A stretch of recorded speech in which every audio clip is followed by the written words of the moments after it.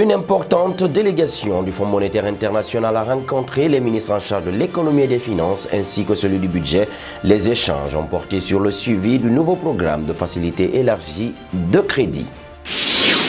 Comment fournir les informations fiables sur la santé des populations en Guinée? C'est l'objectif de la 5e enquête démographique de santé lancée au mois de mars par le ministère du Plan et de la Coopération internationale. Merci de nous retrouver dans votre hebdomadaire Gouv JT pour revivre l'actualité gouvernementale de la semaine. Conakry vient d'abriter les travaux de la 2e session du comité technique de suivi du projet d'appui au secteur des transports. Objectif, améliorer durablement le niveau de service du réseau routier, promouvoir une réforme de la réglementation de l'organisation des transports routiers et intégrer les aspects d'aménagement du territoire et d'urbanisme dans la définition des politiques et la planification des transports. Le point avec Ramatoulaye Traoré. C'est en présence des ministres des Transports et de l'Économie et des Finances que les travaux de la 2e session du comité technique de suivi du projet d'appui au secteur des transports ont démarré. Financé à hauteur de 83 millions d'euros par l'Union européenne, ce projet entre dans sa 3e année de mise en œuvre avec un taux de réalisation financière de 88%. Ces travaux permettront donc d'identifier les facteurs de blocage et formuler des propositions de solutions afin de renforcer la dynamique de travail au niveau des différents départements ministériels concernés. Cette rencontre est une rencontre que nous avons habituellement chaque année. Nous faisons une sorte de comité de pilotage qui permet d'alerter également les décideurs sur les points de blocage. Donc effectivement, le présentateur tout à l'heure a attiré notre attention sur un certain nombre de points de blocage qui se situent notamment dans la prise de texte, la prise de décrets, d'arrêtés. Et donc, je dirais que nous sommes tous d'accord sur cet élément. Ce que nous avons voulu souligner, c'est qu'il est important que nous sachions où exactement ces textes, je dirais, sont bloqués, quelles sont les raisons du blocage pour que nous puissions trouver les solutions adaptées et avancer. Pour la représentante de l'Union européenne, sur ce projet, la route nationale numéro 2 a été construite et attend d'être inaugurée par les autorités. Même si certaines estiment que les travaux avancent lentement. Donc on sait tous que ça coûte énormément de l'argent, qu'il faut prévoir ça dans le budget national. Mais nous, on a un appui depuis plusieurs années. On appuie la Guinée dans ce domaine. Donc ce projet en particulier, il est de 83 millions d'euros. On a construit la route nationale numéro 2 sur ce projet, donc il est fini, on attend son inauguration. C'est-à-dire on a fait un tronçon en Guinée forestière. Et maintenant ici, ce qui nous réunit, c'est l'appui institutionnel. Donc il y a des gens qui disent que c'est un projet qui avance lentement.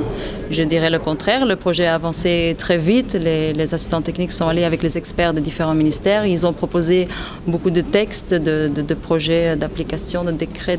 Il y a toutes sortes de dossiers qui attendent une validation au niveau politique pour pouvoir maintenant mettre en œuvre. La construction des routes et des infrastructures routières est importante pour stimuler les activités économiques car un réseau de bonne qualité permet d'améliorer la compétitivité dans notre secteur privé. À présent, l'actualité gouvernementale en bref. Dans le cadre du suivi du nouveau programme de facilité élargie de crédit, une mission du Fonds monétaire international séjourne en Guinée. La venue de cette mission du FMI va permettre d'évaluer les résultats de décembre 2017 et celui du premier trimestre de l'année 2018, mais aussi discuter des perspectives du programme et des éventuels réaménagements pour le reste du programme.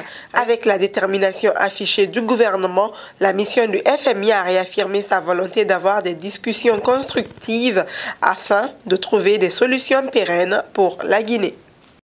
Les cadres du ministère du Plan et de la Coopération internationale poursuivent la collecte des données au compte de la 5e enquête démographique et de santé. Durant 2 mois et demi, les enquêteurs devront fournir des informations récentes et fiables sur la santé de la population en général et principalement des enfants de moins de 5 ans, des femmes en âge de procréer et des hommes adultes. Cette enquête qui a couvert l'ensemble du pays permettra de suivre et évaluer les politiques, programmes et projets de développement, notamment dans les domaines de la santé maternelle et infantile, du paludisme et de la lutte contre le VIH-Sida.